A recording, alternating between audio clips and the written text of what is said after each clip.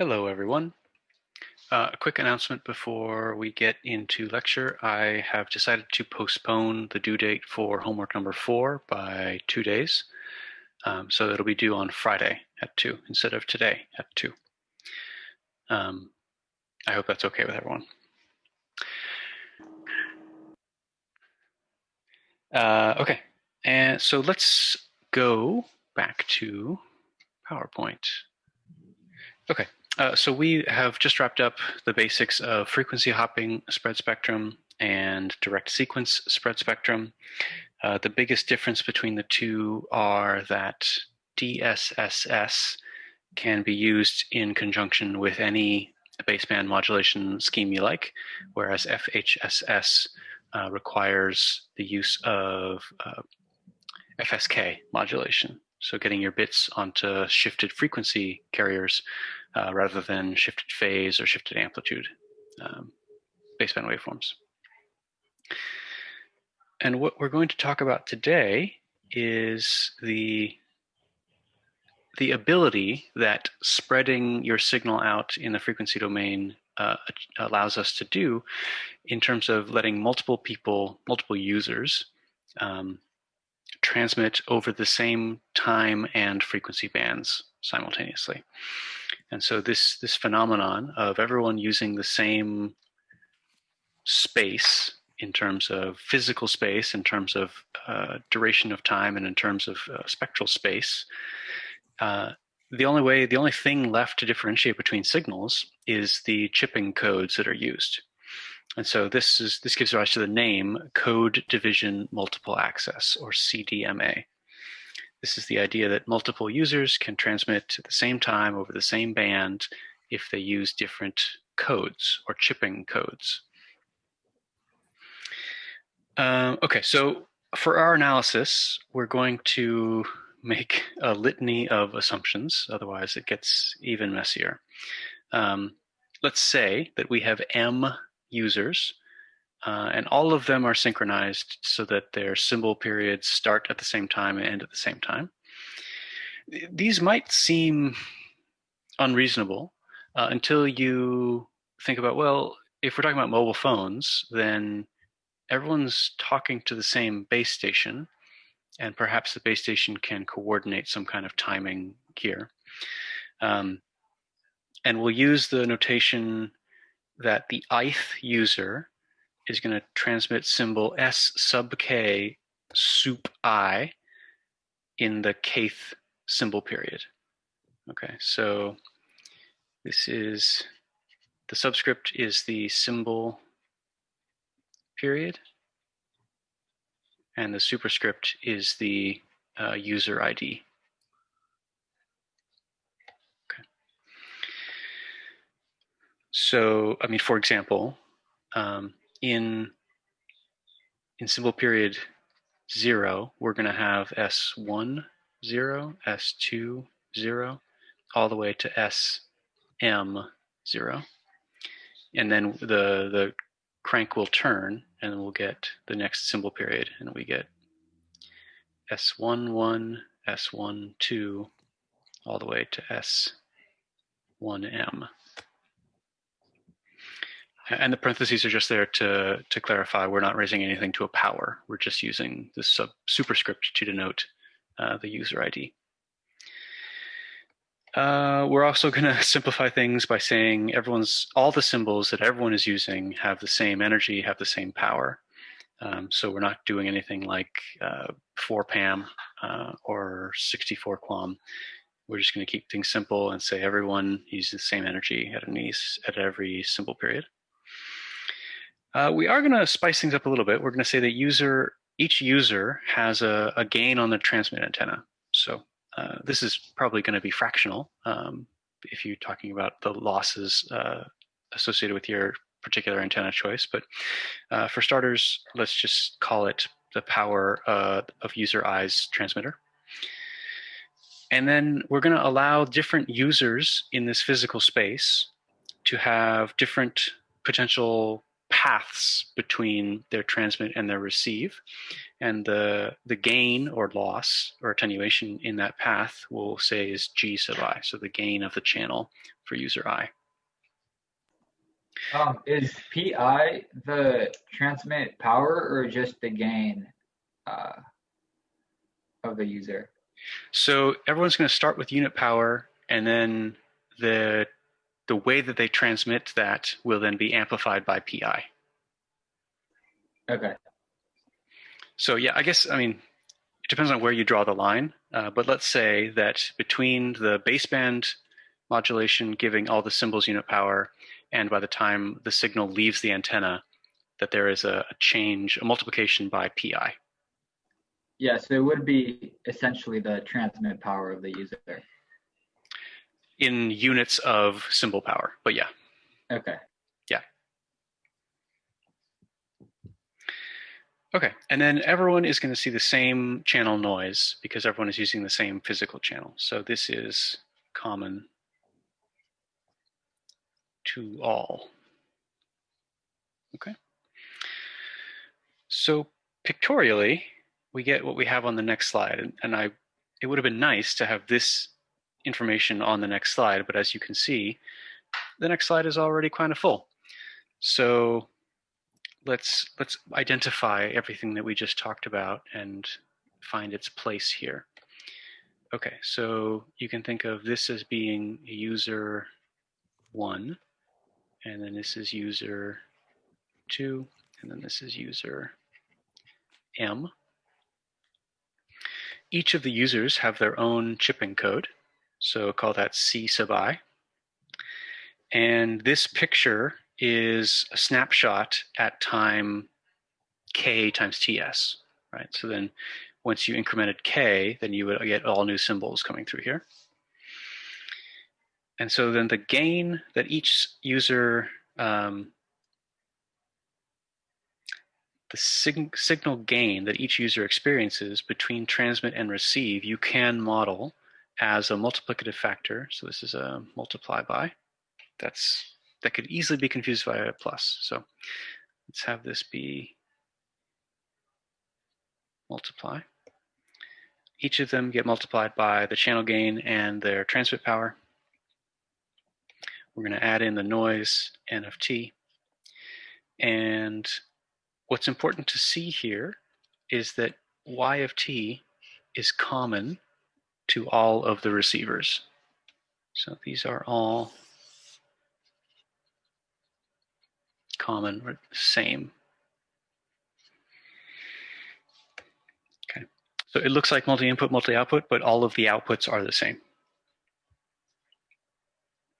And then so this is going to be user 1, transmitter 1. And so then when we get to this copy, this is going to be receive 1, receiver 2, and receiver M. Now receiver 1 knows that they are receiving from transmit 1, and so they're going to use the same spreading code to despread the signal once it comes to them. And finally, they're going to do our nice matched filtering, which is the same as integrate and dump. So this is our integrate and dump operation, which is equivalent to matched filtering. And then the result is going to be a noisy signal, call it R sub k of user 1, which is then going to be sent into, for example, actually, if we've assumed that everything has unit power or same power, then I guess QAM would be fine if we're just doing this guy. Yeah. So these all have the same power. Okay. And so then this one, you could be justified in calling this the estimate in symbol period k for user 1. So what symbol was sent? This is our best guess. So we have no error when sk1 equals sk hat 1. And same for all the way down the line.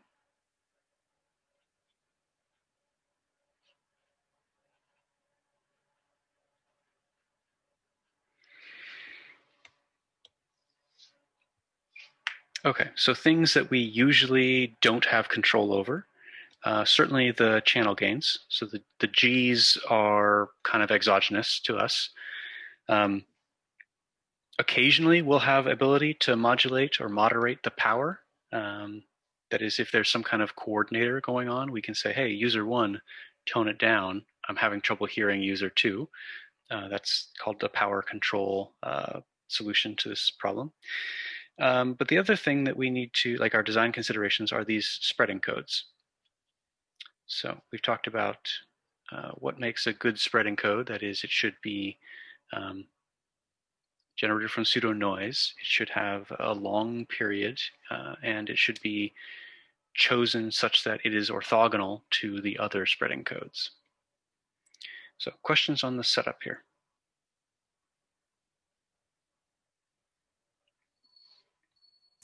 I know we covered this last lecture, but can you explain again why we have to have the 2 chipping codes? Like, why can't we just have it in one place? So on the left and on the right? Yeah. Sure. So on the left, these all serve the role of spreading. And the idea is that we'd like to spread our signal in the frequency domain, A, to make it more resilient to jamming, B, to make it more resilient to spectral nulls in the channel. So this would be like not an active jammer, but just a passive, a hole in your channel's frequency response. And also it allows us to do this thing, right? It allows us to, without having to do time division, without having to do frequency division, we can actually have multiple users use the same physical space. So this on the left does the spreading for all the reasons that I just listed. And these on the right do the de-spreading. Because if you were to just tap this and listen to that signal, it would be impossible for you to actually discern, even if there was a single user, it would be impossible for you to discern at this point what they were trying to transmit, because their data has been spread out over a huge swath of frequency band.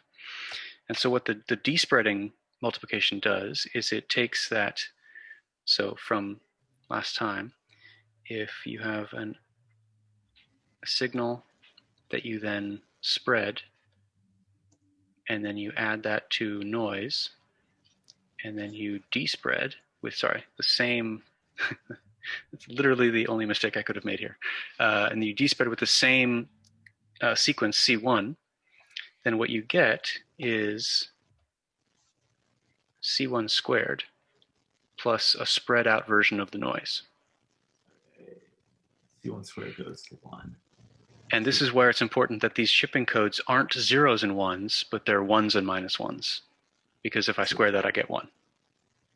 Good. Does that answer your question? Yeah, thank you. Sure. All right. So let's take a look at so this is the formal expression for y of t, right? We're looking at the sum over all m transmissions. And here I'm indexing over j. And we add that to an additive noise process. Okay. So let's pick out the ith user's de-spread signal. So this is, if you go back to this slide, say we're looking at this signal here. Okay, so that's an integrate over the kth symbol period of your de-spreading sequence times the received signal y of t. And then I think what we get here is just expansion. We're going to integrate and we're going to pass that inside of the summation here. And so yeah, let's actually do this out just to make sure I'm not lying to you. Okay, so I've got CI times the sum of all these gj, root pj, s sub k sup j, c sub j, plus n of t.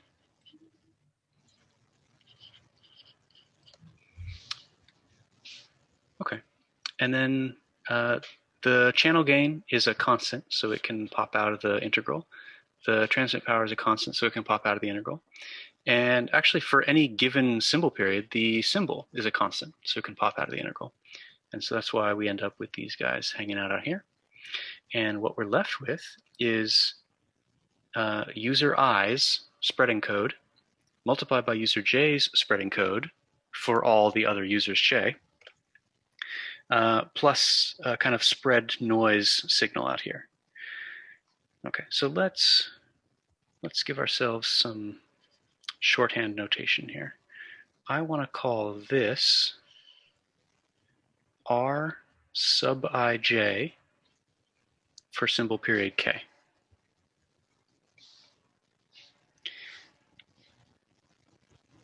And I want you to see this as a cross correlation.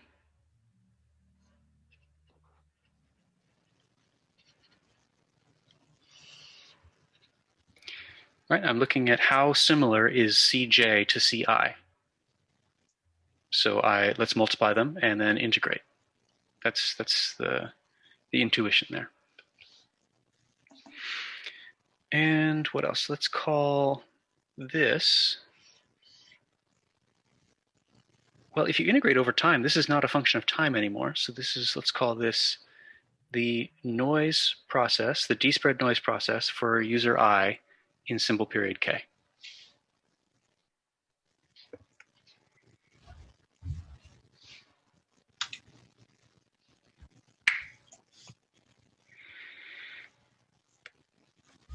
And you can make some simplifying assumptions here. In particular, if we use shortcode CDMA, that is the chipping sequence repeats for every symbol, then the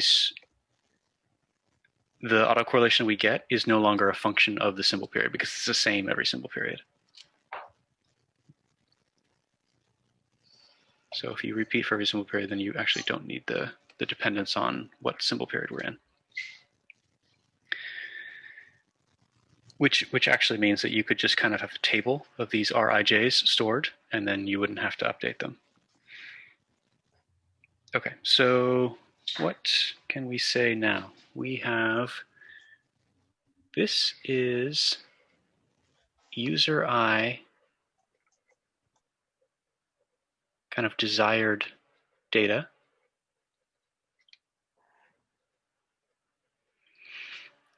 This is all interference, right? So we can call that maybe I sub k for user I. And this is called your multiple access interference.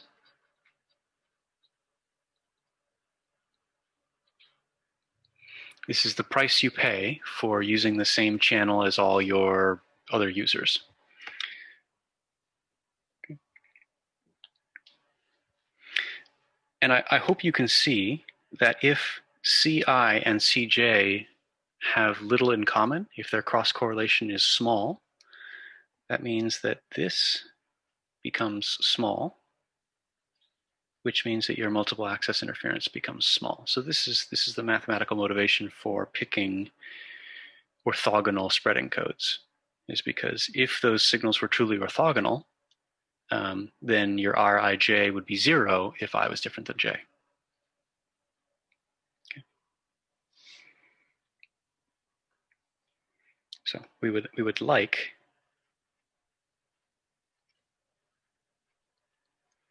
Rij, oops,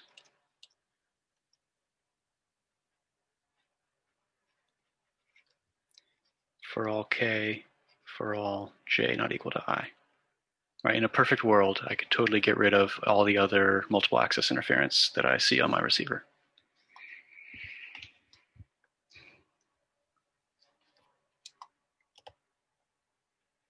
Any questions on this?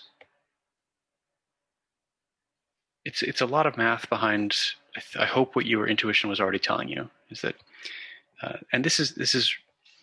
I think we've seen the story before, right? We've seen something that we want added to something that we don't want, added to noise, right? This also was the story when we had intersymbol interference. So it's, I guess we're trying to sing the same song in a different tune here. Different tone, different pitch, whatever. So let's take a closer look at this guy, the noise term, unless there are any questions. Okay. So what I'd like to do is I'd like to compare how the sampled despread noise at user I compares with the sampled despread noise at user J. So again, this is the despread noise at receiver I at time k, and then this guy would be the at receiver j at time l. These are random processes, and so we are going to look at their expectation, their product, to get the covariance here. Okay, so if I take ni and I multiply by nj, then that's the same as multiplying their two integrals. This is how, forgive me for flipping back here, this is how we defined each of the n variables. Okay, so one of these is the integral for user I, and the other is the integral for user j, but since we're multiplying, we can combine their integrals like this. And if I'm taking the expectation of this double integral, there are only a few things in here that are actually random. The rest are deterministic. In particular, the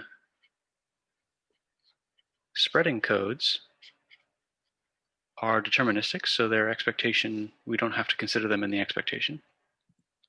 Furthermore, expectation is a linear operation, so that means it passes inside of these integrals with no problem. All right, so if I'm looking at the expectation of the product of two random processes, that is by definition the covariance of those two random processes. And so if we have an ergodic random process, then the covariance does not vary with t or tau, it only varies with the delta between them. So that's where I am assuming ergodicity going from the above line to the bottom line.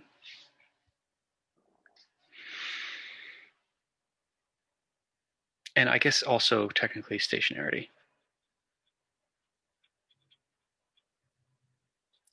If those words mean nothing to you, that's not a big deal. I don't think that you talk a whole lot about them in your undergraduate probability classes, but I think that you probably do in your graduate probability class. So I'm not bent out of shape if you don't know what those two words mean. Okay, so what happens next? If we have this covariance, then we're going to call the covariance of the random process.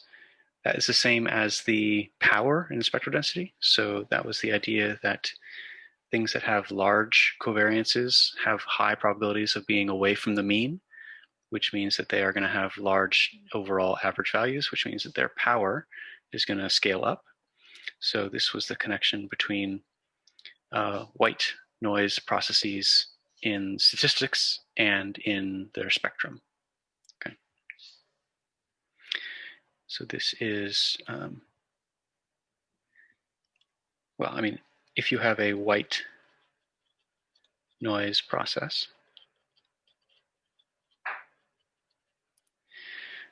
that is, I mean, the typical way to think about the white noise process is to have a flat power spectrum. But the other way, the time domain way to view a white noise process is that the process at any given time tells you nothing about what the process will do at the next time. So another way to incorporate that is that the covariance is only non-zero when this argument becomes 0. So another way to write that is with the Dirac delta here.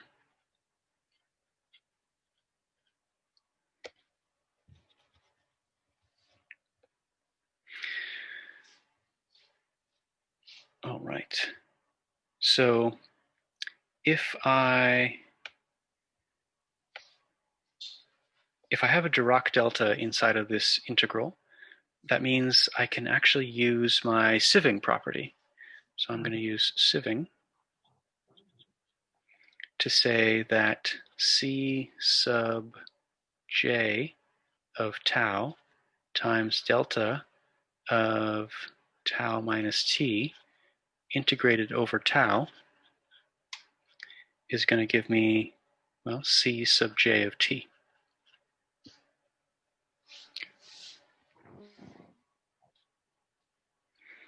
Thank you, EE416. And that will only happen if these limits, if the L minus 1 TS and the L TS, if these limits line up, if these limits equal these limits. Otherwise, the delta actually doesn't touch the chipping code that we're looking for. And so that's where, to encapsulate the fact that I need K to be equal to L to get anything non-zero out of this, is I'm going to use a Kronecker delta over here.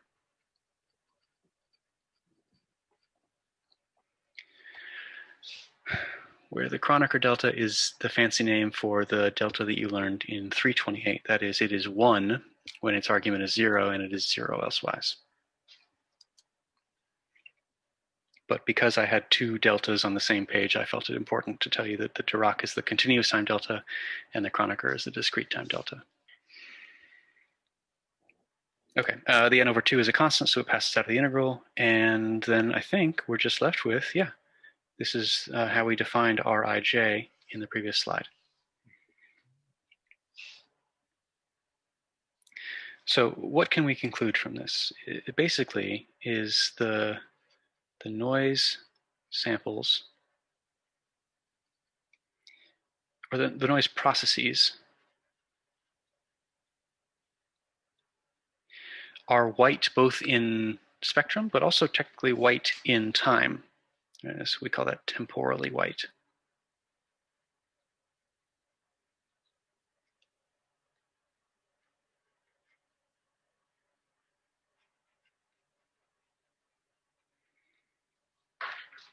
That is, we can look at them at any point in time and they give us the same statistics. So basically, this tells us that we only care about when they're sampled. Okay, so because this autocorrelation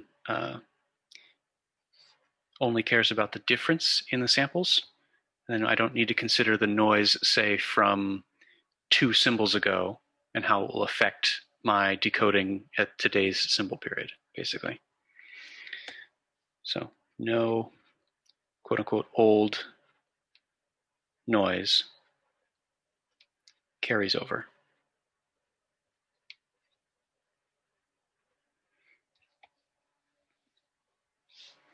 Okay, because if K is ever different than L, then the delta of that goes to 0.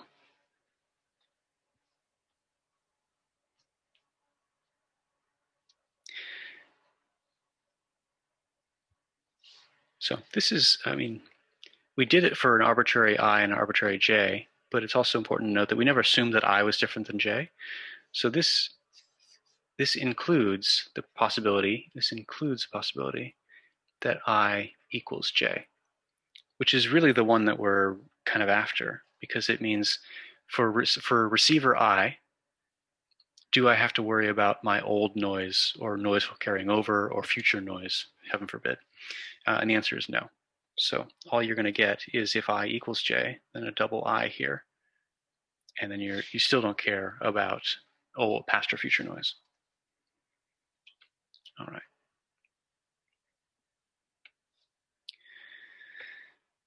So I struggled with where to include this slide.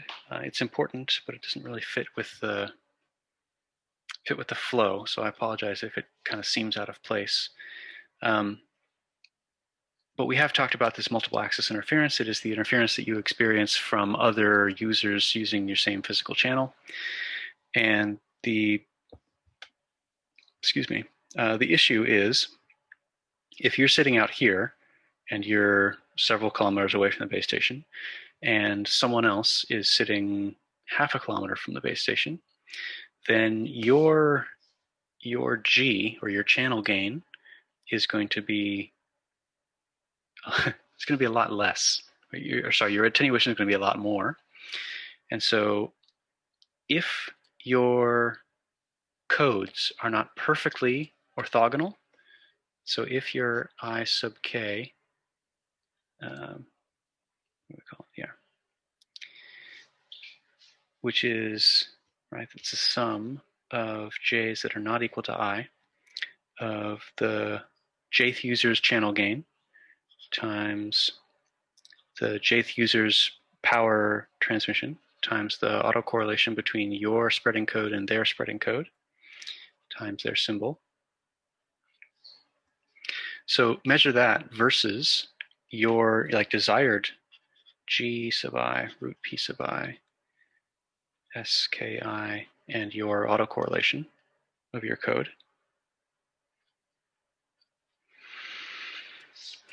So the point I'm trying to make in this slide is if Gj is much bigger than Gi, then even small Rij's become relevant. Right,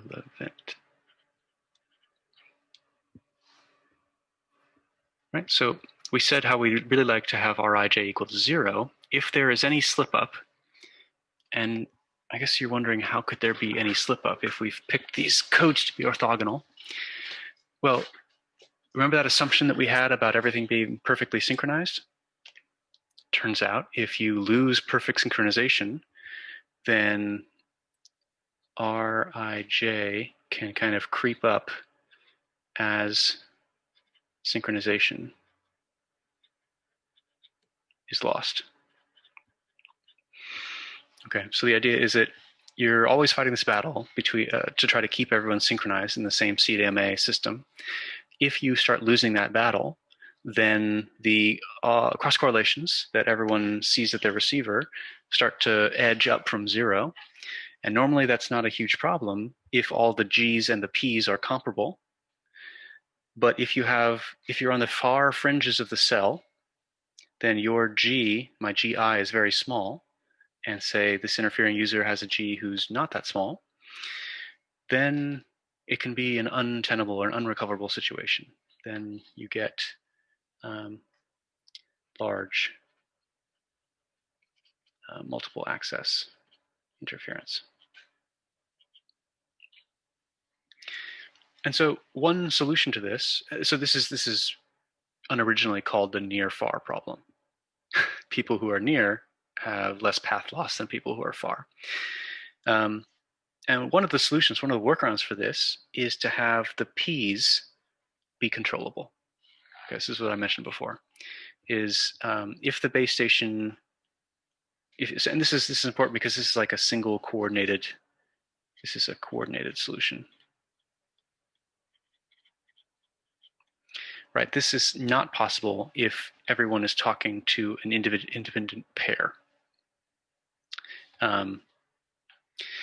But if your base station is able to coordinate this, then it's possible that the base station is seeing the autocorrelations or the cross correlations start to creep up. And if they also notice that one user's over time received power is diminishing, they can instruct, hey, pipe down. Or conversely, speak up. Okay, within limits, right? You're not going to be able to blast out at your cell phone with unlimited power. But if you have some tolerance, if you have some ability to moderate your power, both increase and decrease, then perhaps we could have a coordination to say, hey, if you're close into the base station, reduce your power. I need to hear the person who's far away, that kind of deal. So that's this power control solution that I mentioned here. Questions on that? This opens us up to a whole can of worms in like, how do we measure? How do we tell? How do we do all these kinds of things? And yeah, I mean, basically you open yourself up to a multi-agent control problem in which you are trying to simultaneously ascertain the state of the system and control it. So that's kind of why I'm not delving into this, is because it's a more advanced control problem than we have time for in a communications class. Okay, let's see here.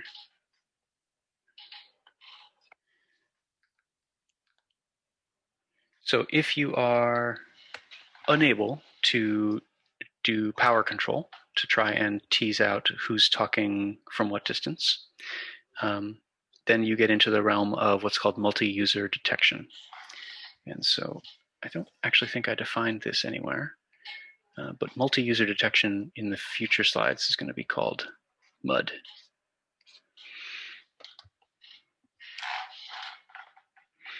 And the idea is, if you have a situation where everyone is transmitting to the base station, then the base station actually is in a kind of a unique position because the base station is getting information from everyone. And so at least in the uplink direction, the base station can use the information that user 1 is sending to help tease out what user 2 is sending. And this is an asymmetry because on your cell phone, you don't typically have access to what user 2 is sending. So this is an asymmetric solution in that it really only works in the uplink direction, i.e. from the phone to the base station.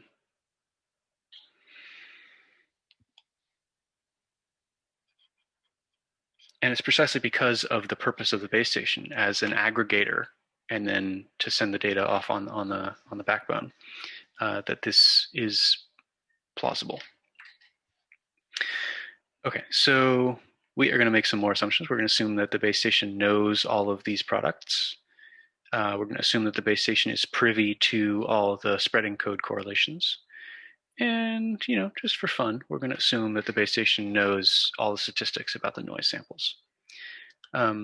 This is not, I mean, it's mildly unreasonable, but let's say, just for the sake of argument, that the base station will know all these things.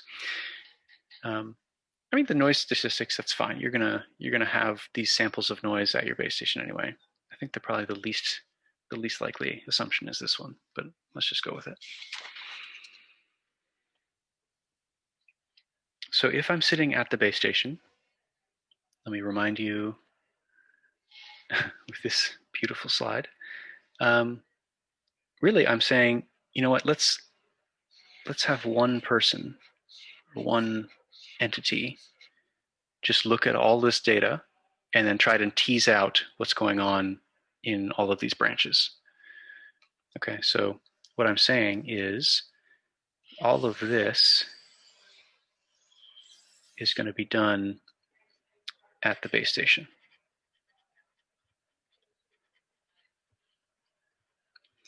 Whereas when we first saw the slide, that's not actually necessarily true. It could be pairs of end users that are transmitting point to point, where you could have different users transmitting and different users receiving. So like think about a two-way radio network instead of a cell phone network. So, but for now, let's assume that we're in a cell phone network and that everything on the right half of this slide is taking place at one location with access to all of these spreading codes. Yeah, that's basically the key here is you know all the spreading codes. If that assumption is true, then what I'd like to do is I'd like to stack all of those received samples into a vector. Okay, so this is taking place at the base station. We're going to stack all of these received values into this vector, which I'm going to call RK. And if you decompose how we expressed each of the users RK, you can actually write this as a matrix, a linear matrix expression, or I guess affine, because this term out here. But what did I leave out of this? Oh yeah, this is a diagonal matrix. So these are all zeros. And this is a typo. This should be in the exponent.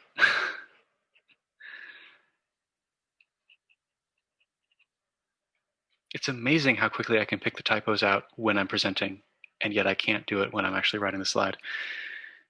Okay. So we don't have to write these matrices every single time. Let's give them all names. Let's call this one the autocorrelation at time k, r sub k. Let's call this one, it's diagonal, so I really don't have a better name for it than just D. This is going to be a vector of symbols at time k. And this is going to be a vector of noise samples at time k.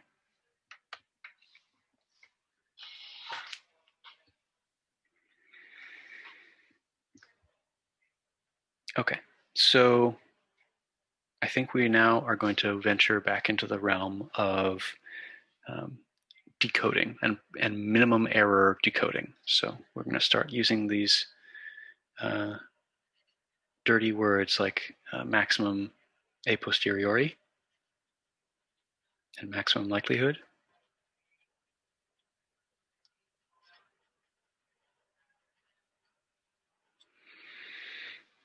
Where the idea is in a map detector. And it's important now that we're trying to simultaneously detect all of the symbols, all M of the symbols. Yeah, whereas the single user problem is just trying to detect what symbol did my person send me. Now the base station is trying to simultaneously detect what did all M users send.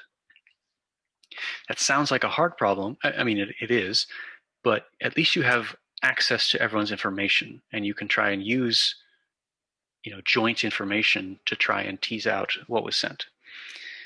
Okay, so the idea for a map detector is that your best guess, so there comes the hat again, we got a vector with a hat now, is going to be the argmax over all possible symbol vectors, the probability that SK was sent given RK was received.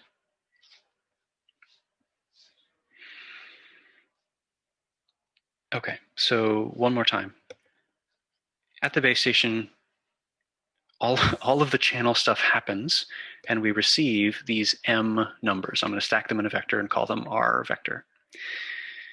That's what's given to me as a base station. And what I need to do is I need to pick the most likely set of symbols that gave rise to those received values. That's all I'm saying here. This argmax is simply saying it's the SK that makes this probability maximum. So we're again going to employ Bayes' rule and turn this conditional probability into the reverse condition. So this is the probability of receiving RK given SK was sent times the probability of sending the vector SK in the first place divided by the probability of receiving RK straight up, so no external information. Now, again, we're going to say that RK there is no sk in this denominator, so this is equivalent to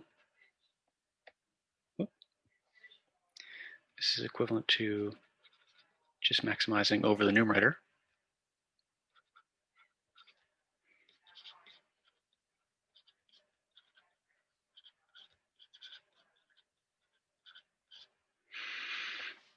And if we make our really nice assumption that all of the possible symbol vectors are equally likely, so if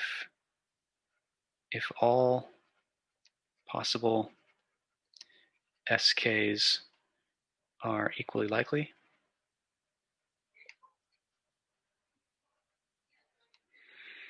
you get actually, I don't know why, but they give it a different name. This is now called a max likelihood detector. So really, a max likelihood detector is a simplified version of a max a posteriori detector, okay, where you're making this assumption. And then we're trying to say, my best guess is the thing that maximizes this conditional probability.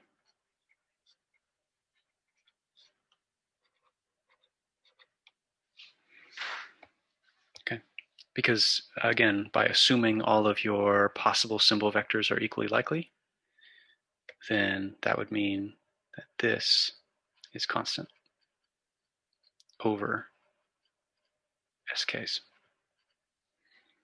if you make this assumption.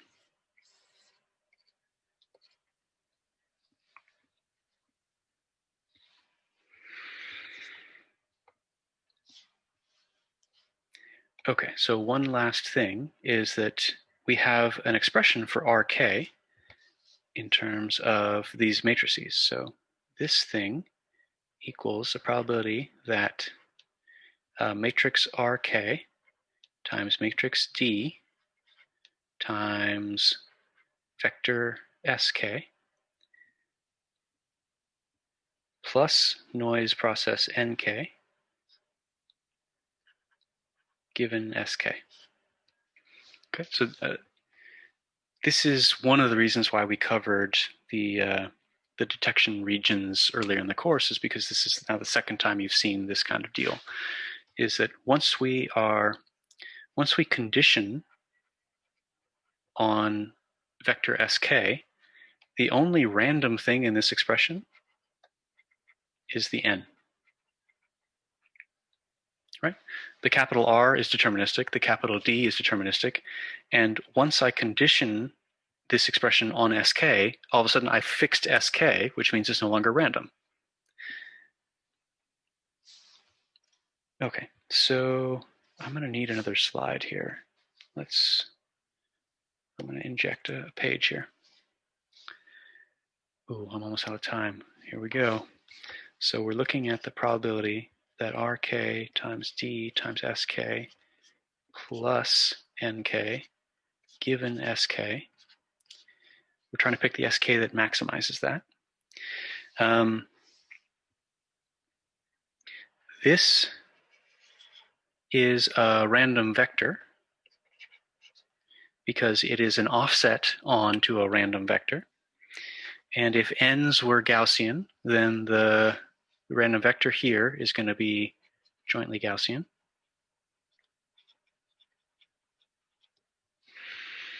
Which means that this probability follows a Gaussian distribution. So pi times the noise power to the minus m determinant of RK and exponential of -1 on n of received signal minus capital R D SK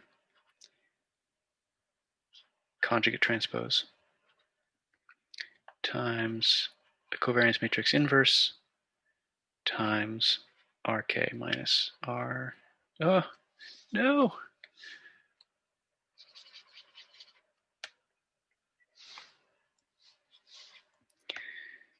it's just the same vector again. RK minus capital R times D times SK.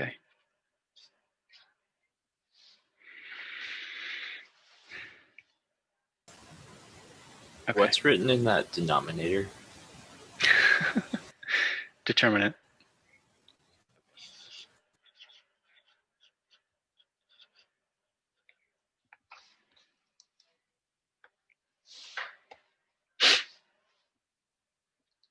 All right, I think it's counterproductive for me to rush through this.